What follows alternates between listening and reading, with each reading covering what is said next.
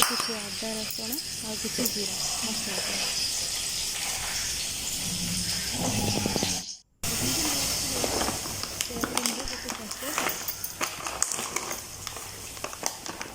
ଆଜିର ରେସିପିଟି ସୋୟାବିନ୍ ଧୋଇ ଦେଇଛି କିଛି ସମୟ ପାଣିରେ ରଖିଦେଇଛି ନେଇଛି କିଛି ପିଆଜ ଟମାଟୋ ଆଉ ଆଳୁ ଆଉ ମସଲା ଏଇଠି ବସିଛି କଡ଼େଇ ତେଲ ଗରମ ହେଇଗଲାଣି ଏବେ ପକାଇଦେବା ଅଦା ରସୁଣର ପେଷ୍ଟ ତା ପୂର୍ବରୁ ମୁଁ ପକାଇ ଦେଇଛି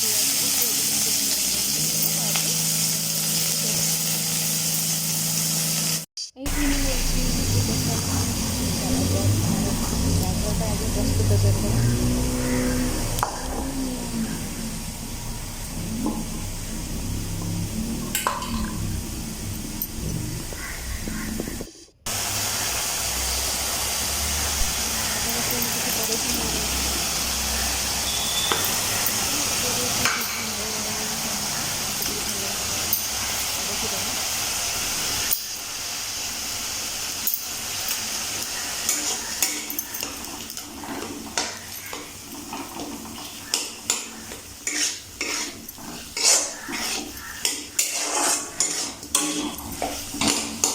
ଏବେ ପକାଇଦେବା କିଛି ଲଙ୍କା ଗୁଣ୍ଡ ହଳଦୀ ଆଉ ଟେଷ୍ଟ ଅନୁଯାୟୀ ଲୁଣ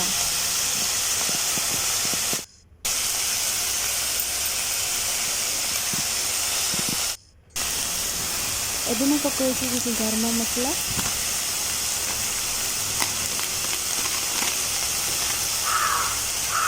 ଏବେ ମୁଁ ପକାଇଦେବି ସୋୟାବିନ୍କୁ ତାକୁ ଟିକେ ପାଣି ଦେଇ ଭଲରେ ସିଝାଇଦେବା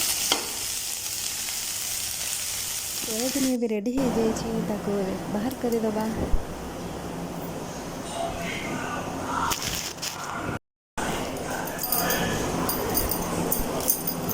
ଏବେ ମୁଁ ସୋୟାବିନ୍କୁ ଏମିତି କରିକି ବେସନକୁ ଗୋଳେଇ ତେଲରେ ପକାଇଦେବା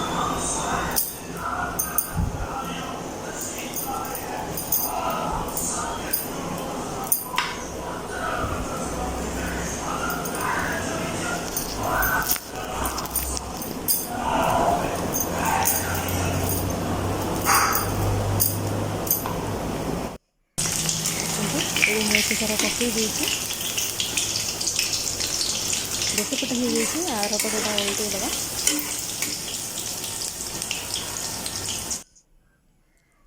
ଦେଖନ୍ତୁ କେତେ ସୁନ୍ଦର ଦେଖାଯାଉଛି ସେତିକି ଟେଷ୍ଟି ମଧ୍ୟ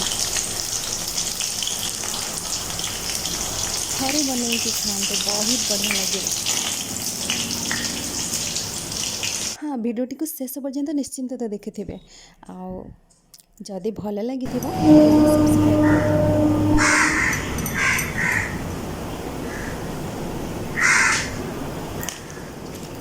ଦେଖନ୍ତୁ କେତେ ସୁନ୍ଦର ଦେଖାଯାଉଛି